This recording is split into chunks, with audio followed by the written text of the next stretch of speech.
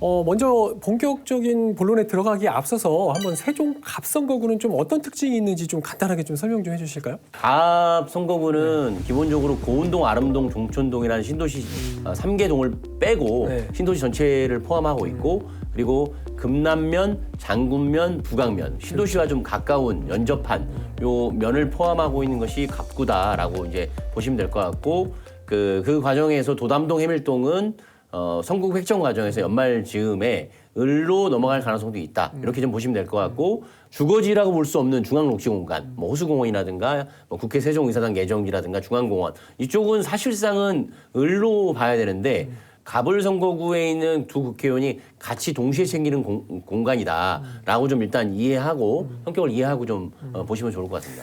지난 총선에서 이곳 세종 갑선거구 같은 경우는 사실 예상하지 못했던 인물, 지금 현재 이제 홍성국 의원이 새별같이 등장을 하면서 당선이 됐던 그런 곳이었는데 중앙당에서 전략공천 됐던 인물이죠. 그래서 먼저 당선이 됐는데 대표적으로 좀 어떤 공약들이 좀 있었는지 간단하게 좀 정리만 좀 해주실까요? 당시 2020년 총선 당시가 이제 코로나19가 덮쳤던 시기였고 지역사회 이슈가 이제 상권 공실로 모아졌던 시기였고 홍성국 의원은 경제 전문가, 경제인 출신으로서 경제 전문가를 표방하면서 그렇죠. 이제 좀 당선이 됐었기 때문에 가장 그 전면에 내걸었던 것은 우분시티. 이제 미래형 어떤 그 산업 기재들을 도시에 그 도입을 해서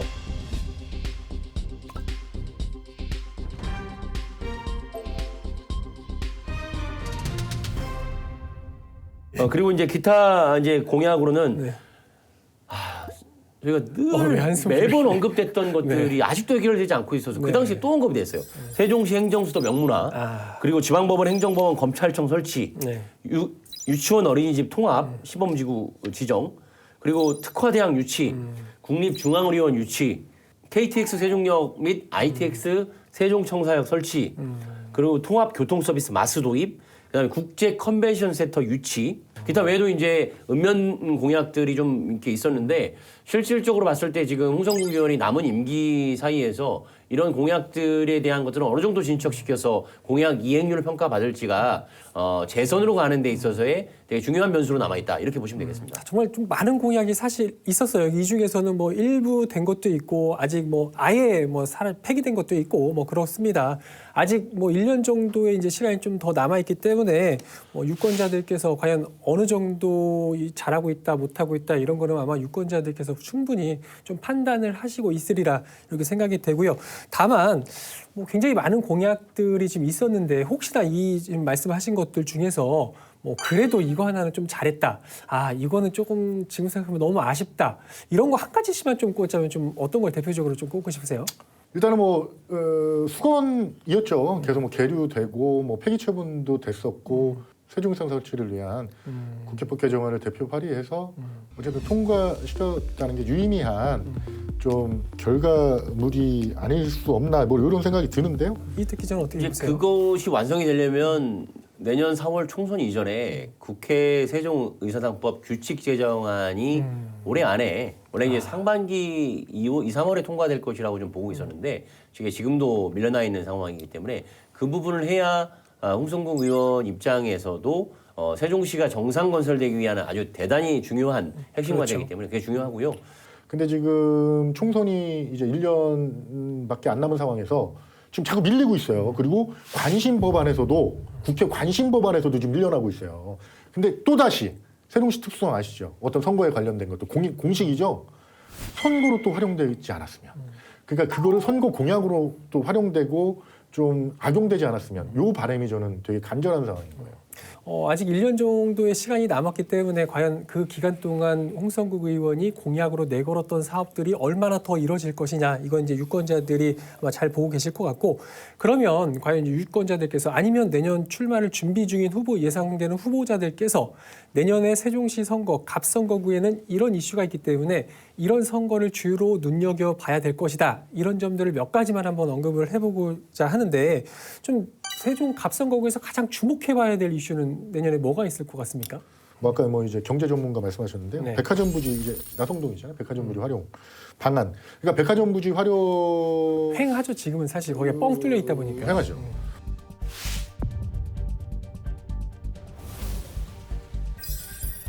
백화점이 들어오긴 거의 이제 불가능하다. 이 이슈를 어떻게 다른 곳으로 승화시킬 수 있는 방안이 있는지 이것도 좀 그리고 중앙공원 2단계 개발 관련해서 그리고 또 뭐 96호선 그 앞에 국지도 96호선에 어떻게 좀 될 것인가 그리고 세종의사당 마찬가지지만 세종집무실 대통령 집무실 완공 시기를 좀 단축시키느냐 어떻게 되느냐 그 규모는 어떻게 결정되느냐 그리고 대평동 종합운동장 건립 이거는 뭐 수건이었죠 세종시 수건 그렇죠. 그리고 또 예산을 또 떠안아야 돼요. 근데 어려움을 겪다가 하계 유니버시아드 유치를 하면서